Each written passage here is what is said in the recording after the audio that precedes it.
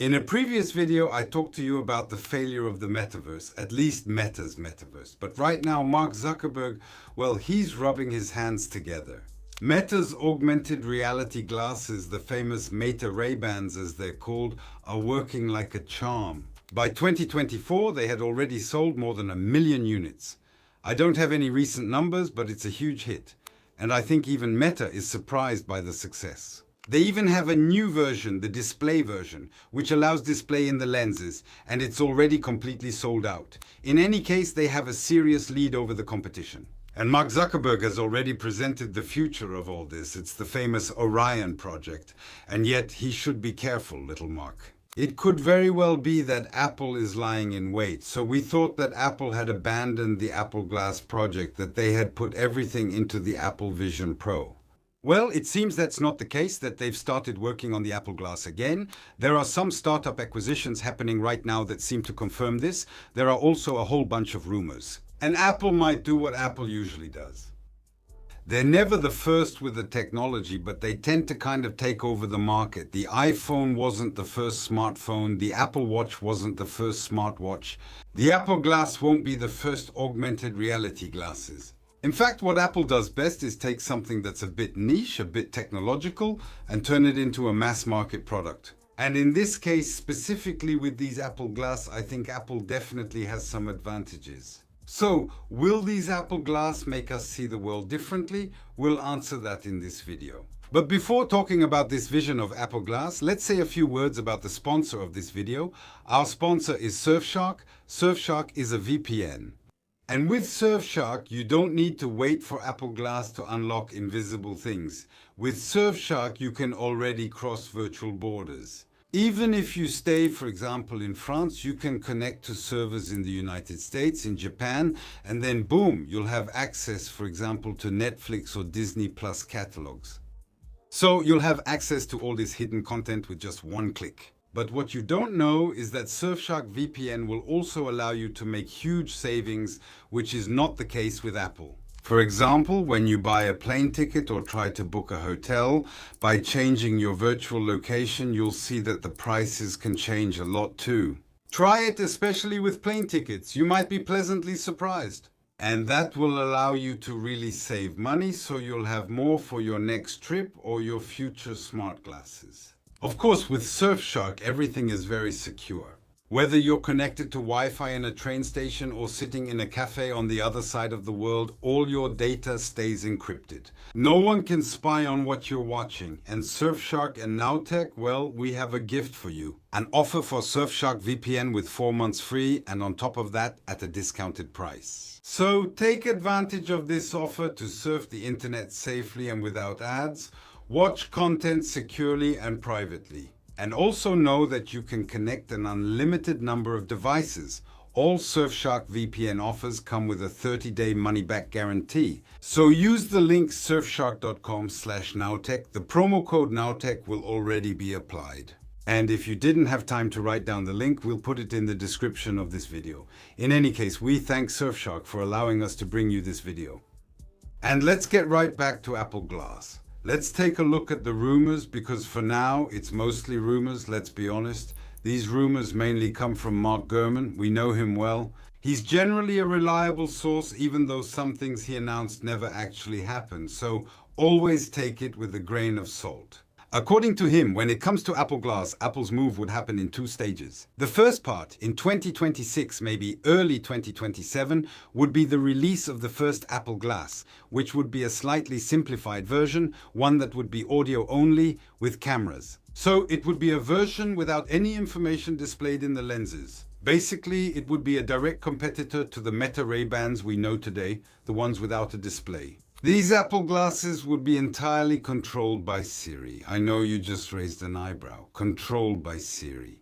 Today, it can't even turn on the lights. I completely share your skepticism, but we'll talk about it a bit more later in the video. As for the price, what Mark Gurman speculates is that it would be a little more expensive than Meta's, but not by much. Somewhere between $400 and $500. So, 900 euros for us if the dollar kept dropping. And actually, Apple's first ambition would be to beat Meta with this model. Meta sold 1 million. I think Apple is aiming for 5 million.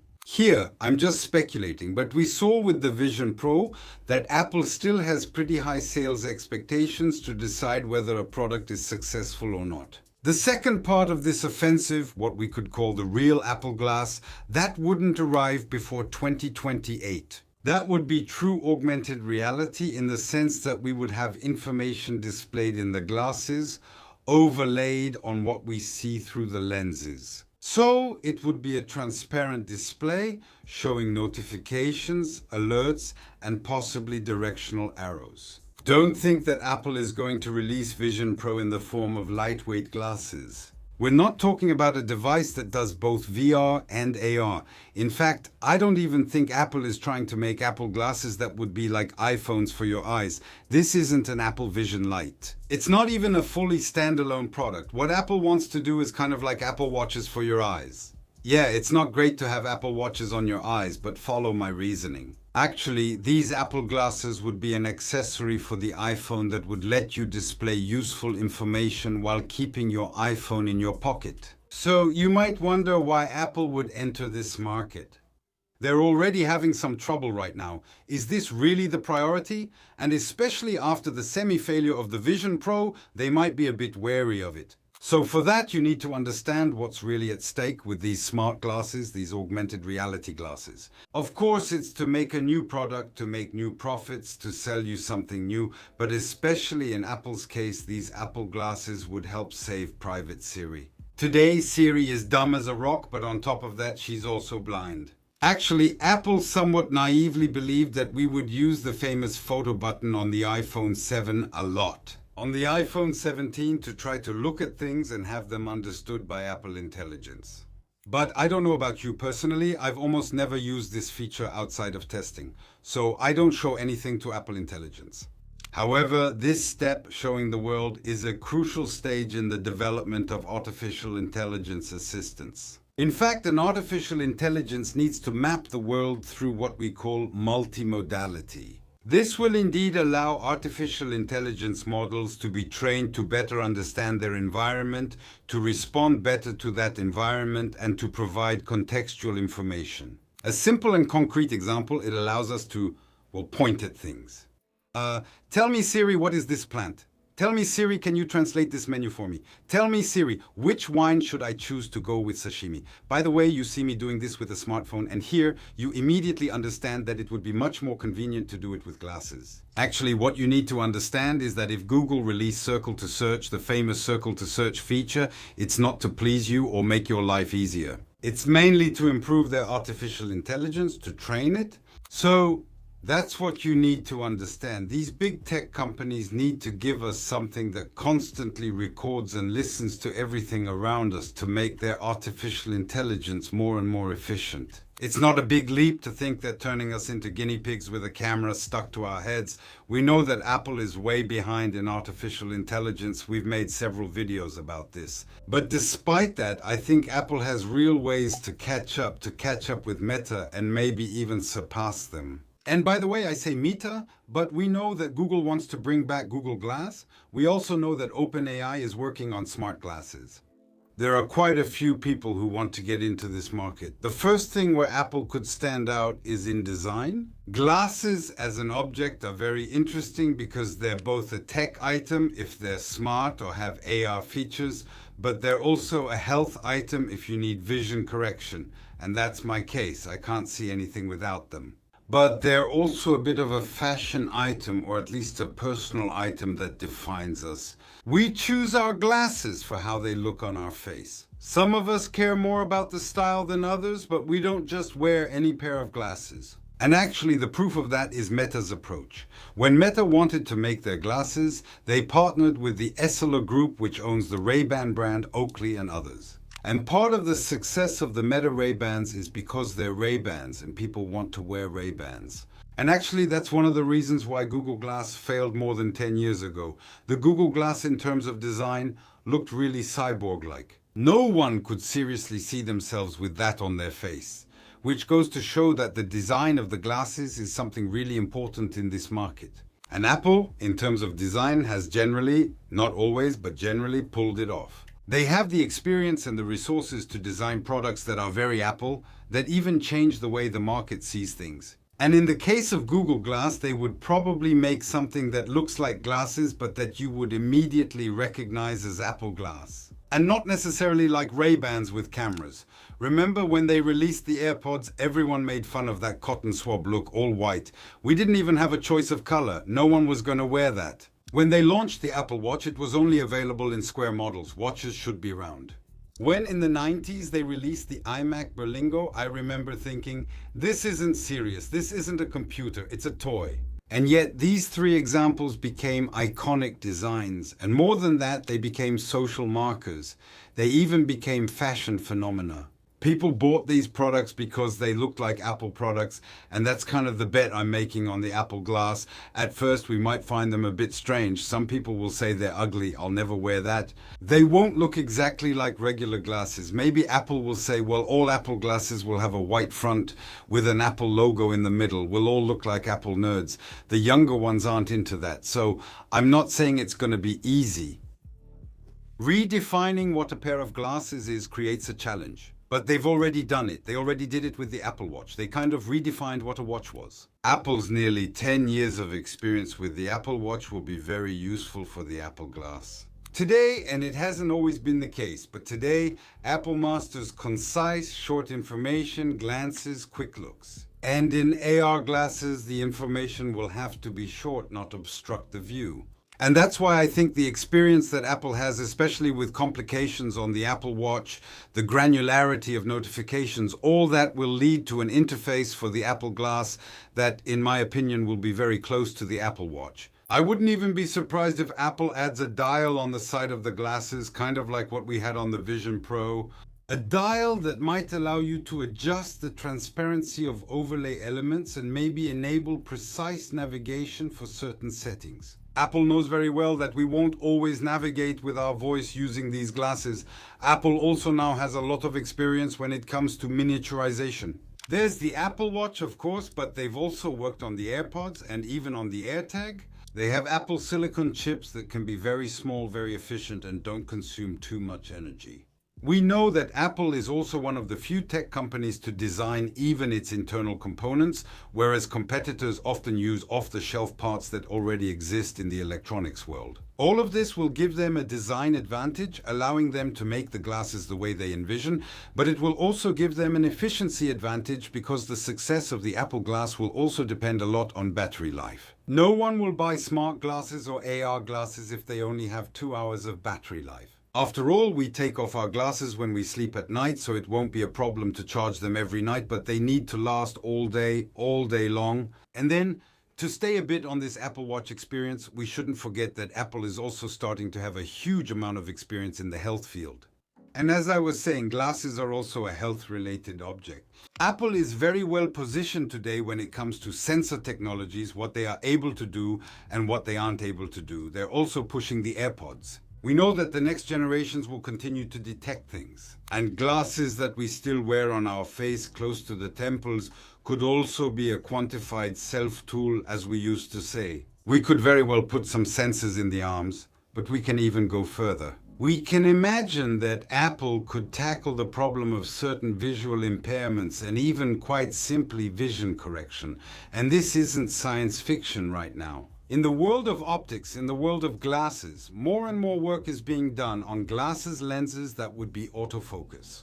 I'm thinking in particular of a Finnish startup called IXI. They're really not far from marketing liquid crystal lenses with a correction that will adjust automatically depending on where you're looking. In France, we have Laclari, which is developing automatic focus glasses for people with presbyopia.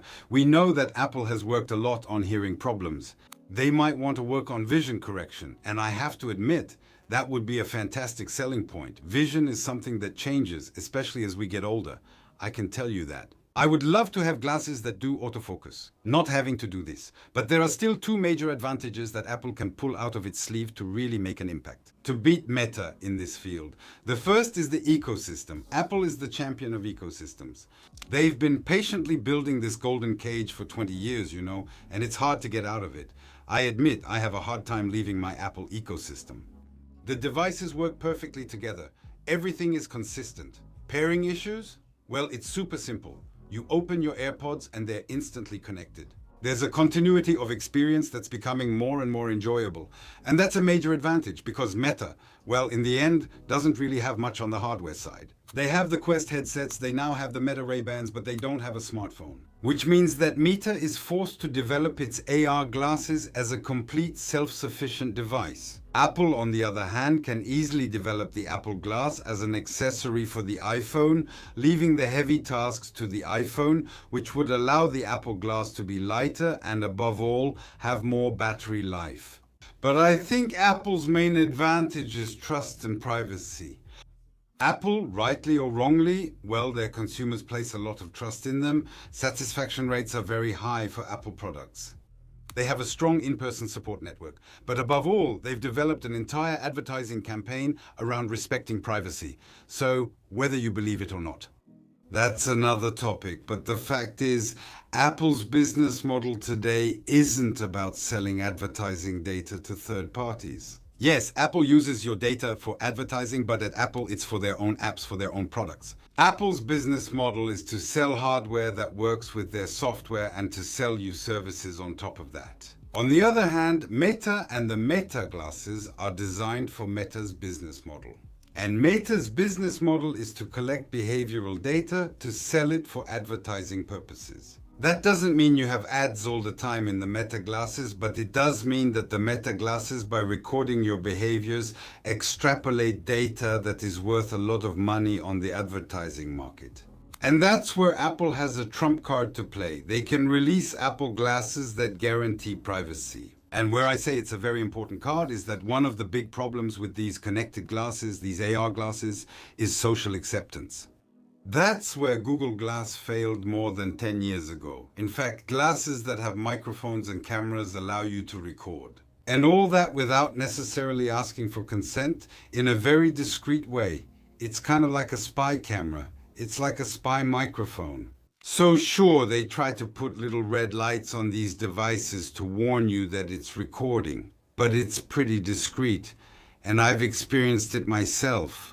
When we're on press trips with colleagues, well, a lot of my colleagues have Meta glasses and I don't always notice that they're filming me. Let's be clear. The CNIL, for example, just made a ruling on Meta glasses and all these devices. When you're in a public place, on the street, you have the right to film anyone as long as it's for private use. The problem is if you start publishing those images. We're in the age of social media. People share their lives.